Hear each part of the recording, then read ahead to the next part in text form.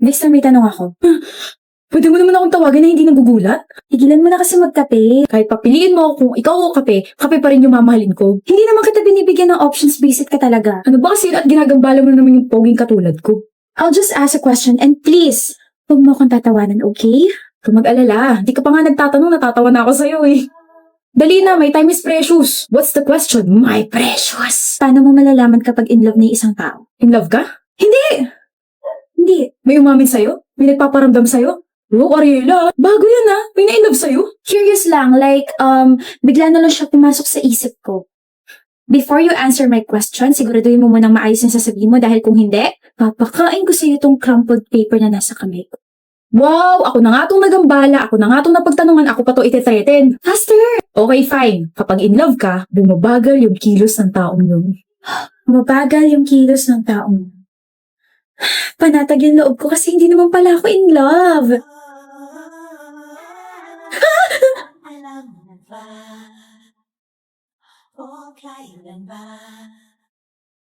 Shucks! Nag-slow mo siya? Nag-slow mo si Vixen? In love ako kay Vixen. I'm probably dreaming. Like, hindi to totoo. There's no such thing as slow-mo in real life. Kinakausap mo na naman sarili mo. Bakit parang gulat na gulat ka dyan? You're not in slow-mo anymore. Finally! Nagsasabi mo. Nothing. Nothing. Na pala, I forgot to tell you sa in love na yan. What?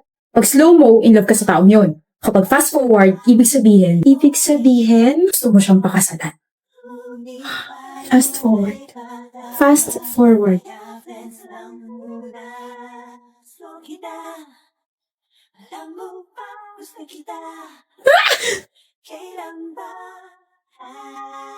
Una slow mo.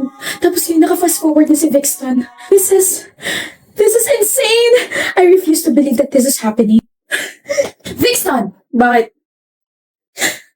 Pinabaliw mo ako. Ha? Simula na sinabi mo kung paano malalaman kapag in love ng isang tao, feeling ko bigla akong nabaliw sa'yo. Kapag nakikita kita nagsuslow mo tsaka nagpa-fast forward ka, anong ginawa mo sa akin? Why are you laughing? Ariela, what? I was just joking. Huh? Hindi ka pa nasanay sa akin na palagi kang inaasar? Naniwala ka talaga sa sinabi kong slow mo tsaka fast forward? Hindi totoo yun? Hindi. What about your actions? Nakita kita nag-slow mo ka tsaka nag-fast forward ka. Now tell me! Scripted yun. I knew it! Next time, kapag may sinabi ka, hindi na ako maniniwala sa'yo. Hindi na ako magtatanong sa'yo ng mga bagay-bagay. Buisit ka! Buisit ka! Sorry na, Ariela. Hindi rin na paniniwalaan mo yung mga sinabi ko eh. Kaya pala parang ang weird kasi I know I like you pero love? Hindi pa kita nakakasama sa mga dates tapos love agad? My gosh, I should have known na pinagtitripan mo lang talaga ako. O ano, bakit ang tahimik mo? You're guilty na, no? Gusto mo ako? Ha? Gusto ko ulit marinig yun. Ayaw ko. Iba yata yung naririnig ko ah. Naririnig ko yung heartbeat mo. That's impossible. You can't... My bad. Naririnig ko pala yung sa akin. Tawag ka na ng girlfriend mo. Tawag mo ako? I mean, tawag ka na ng girl. Wala akong girlfriend, Ariela. Wala rin ako nililigawan at wala akong ibang gusto. Hindi ko naman tinatanong. I'm just informing you. Alis ka na. Di tayo. Pwede? At bakit? Hindi pa nawawala inis ko sa'yo ah. So kapag nawala na, pwede na? Ganyan ka lang naman kasi umamin ako bigla eh. Hindi naman ako magpapapansin sa'yo kung hindi kita gusto. Okay. Okay? Let's have a date. One date lang. Okay. One date and I'll make sure madadagdagan pa yun. See you, Ariela. Never! Hi, babe. Stop right there. 187th date with Vixen. Naalala ko tuloy dati, sabi mo isang date lang. Never ka pa dyan dati ah. Kasi naman, I felt so hard after our third date, kaya sabi ko hindi na kita pakakawalan kasi you made me realize anong feeling ang ma-in-love sa taong gusto mo. And anong na-feel mo nun? Safe, genuine, and completeness. Until now, yun pa rin yung pinaparamdam mo sa akin ah. Kahit nauto kita sa slow-mo at fast-forward, I love you, Ariela. Kahit nakakabwisit ka, Vixen, mahal din kita. Once again, Maverick got the highest score. Congratulations. Thank you, ma'am. Masyado mo na naman ginaling ang hayop ka. Paano naman kami mga hindi kasing talino mo? Wisit na to. Napaka-easy ng exam. Stock knowledge na naman yun eh. Ay, wow. Sorry, pre ha. Yung akin kasi na-stock yung knowledge sa dulo ng utak ko eh. Mag-aral ka kasi. Siguro mas gusto mo sa isang babae matalino, no? Siyempre, big deal sa akin yung grades ng future girlfriend ko. Ayoko sa bobo. Ang harsh mo naman, makabobo naman to. I'm just speaking facts, pre. If she can't keep up with me, then hard pa sa ganun. I want someone who's smart. Yung may sense kausap. Yung nakakausap ko sa kahit na anong topics, mapa-academics man or random in life. May natitipuhan ka ba rito sa classroom? Wala. Bilis nun ah. Ayaw mo kay Frankie? Si Frankie? Hindi naman siya matalino eh. Di ba recently pinagyabang niya na may line of 7 siya? Kakahiya. Hoy, mabait siya maganda si Frankie, no? Pero hindi pa rin siya matalino. Yun yung pinag-uusapan natin, di ba? Malapit na raw si ma'am, kinakabahan ako. Feeling ko bagsak yung exam ko. Feeling ko bababa yung grade ko for this quarter. Dasalan mo kasi. Yabang, porket siya na naman yung highest. Ako lang to. Good afternoon, students. I finally have your exam papers. As usual, i-announce ko kung sino yung pinakamataas for my subject. But I've talked to my fellow faculty members at nalaman ko siya rin daw ang pinakamataas ngayong quarter sa subjects nila. Congratulations, Frankie. Hmm? Hmm? Ako po?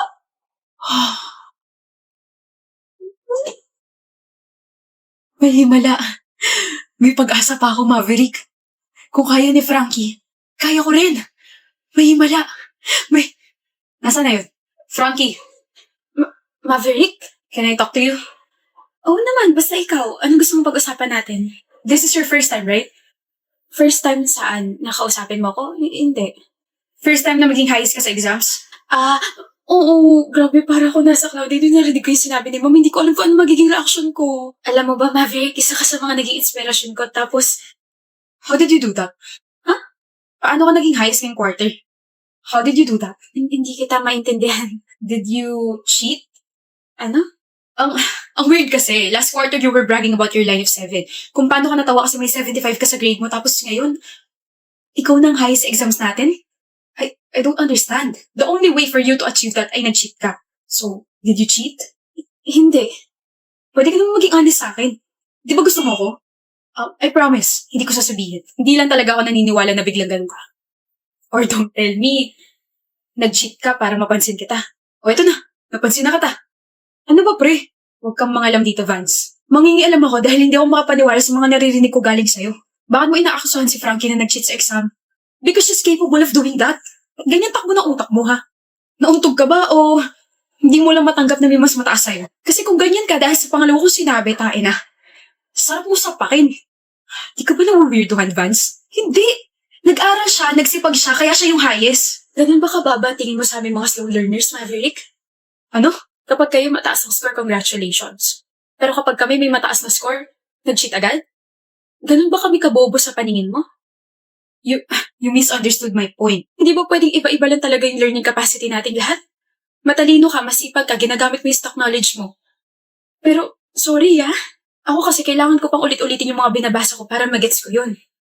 Kailangan may mag-explain pa sa akin kung ano yung inaaral ko.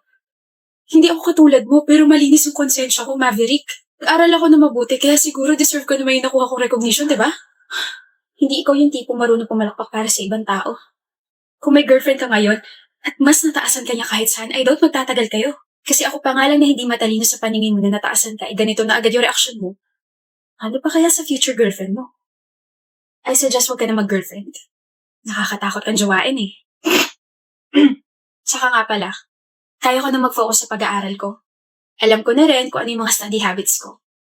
Salamat sa'yo, pero paano ba yan, Maverick? Baka mas lalo kitang mataasan yan. Mas lalo kang mafu-frustrate sa akin. Hintay, Frankie! Slay ka ron! Slay! Alam mo pre, konti na lang, mapapagkamalan na kita libro dahil wala ka na ibang ginawa kundi magbasa. Try mo rin magbasa ba, tumalino ka. Try mo rin kayo makahilubilo para naman lumago yung love life mo katulad ko. Bupanes. Pwede ka ba lumayo and let me have my peace again? Ayoko. Gusto ko muna malaman kung sino nagugustuhan mo ngayon para matulungan kita. Kapag sinabi ko ba, lulubayan mo na ako? Oo naman. Story. Bilis na. Ano nga ako? Tinatanong ko kasi kung sino nagugustuhan niya ngayon tapos ang sagot niya ay ikaw. Talaga? Para coincidence kasi gusto rin kita. Talaga? Talaga. Oh, wait, yun na yun? Bakit parang ang bilis? Bakit parang walang kanilig sa inyong dalawa? Hindi ito yung ini-expect kong confession. Bakit parang ako lang yung nagulat? Like, yun na yun? Sure na ba?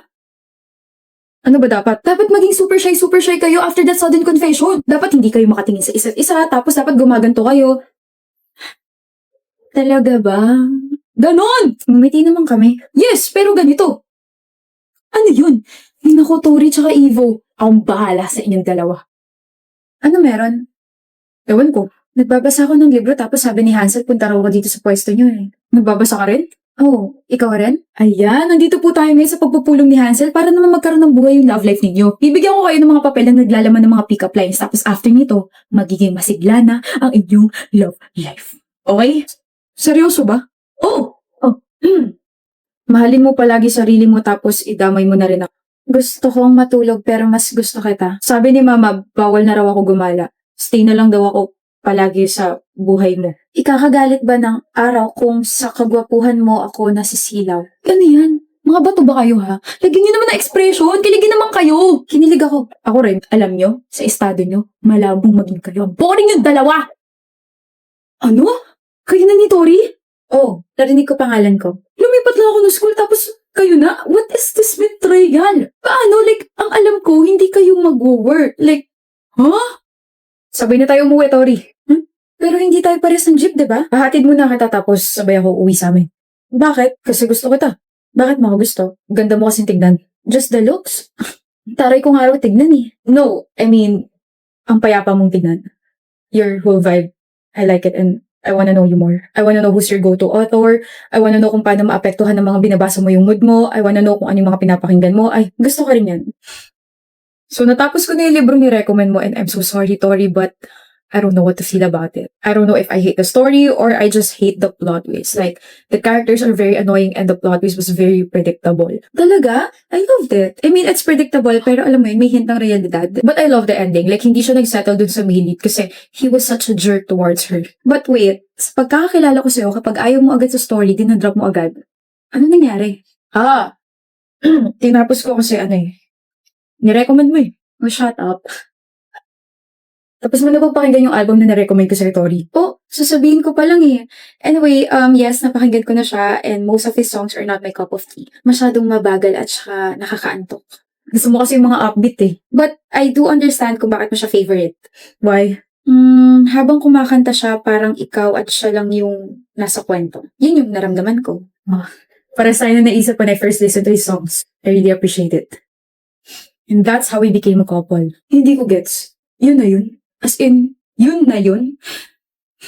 No offense ha, pero boring ng relasyon nyo. Sure ba kayong nag-work yan? Hansel, hindi mo talaga kami magigets kasi that's not how you communicate your love to your partner. We have our own ways to show kung gaano natin kagusto yung isang tao. Sa estado namin ni Tori, we communicate using books, music, and silent dates. We're not very vocal but we do understand each other. So kung boring man para sa inyo yung relasyon naming dalawa, ang importante, masaya naman kami.